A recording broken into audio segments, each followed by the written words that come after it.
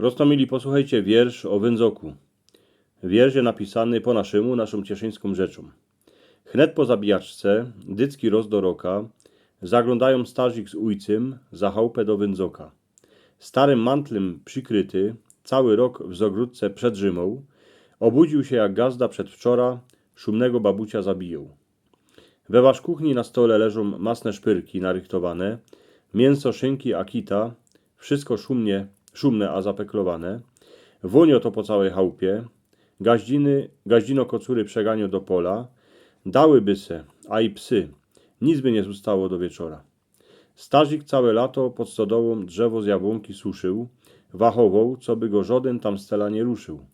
Potem na jesień 2 grusze pociupał, uschnięte boroki, hej, będzie drzewa na Wędzyni jeszcze na 2 roki. Gazda jak poodbywał gowieć, to Wędzok rozhajcował. Uż się z niego kurzi, tuż na starzika zawołał, co by hoki, pół litra, a sztamperle wartko narychtował.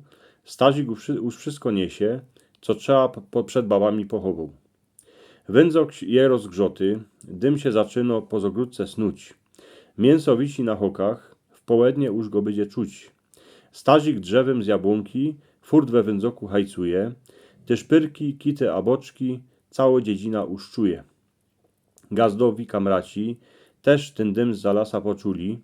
Francek z pasieki przyleciał w samiuczki koszuli.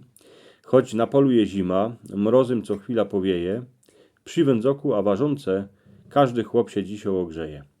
Wędzi się szynka pospołu z kitami, fet z nich okapuje, starzikowi to wszystko szumnie wonio, furt iny przedreptuje, szpyrki z kapustą a z ziemniokami, mustarka naważy, bo kaj pusa je masno, tam się dycki dobrze darzy. Wędzok zaś se będzie drzymał do przyszłego roku. Mola toś gazda małych, szykownych babućków bez uroku. We szpajsce, we szpierniku, na strychu wiszą same fajnotki, oblizuje się starka, starzik, gazda z gaździną, a aj stare ciotki.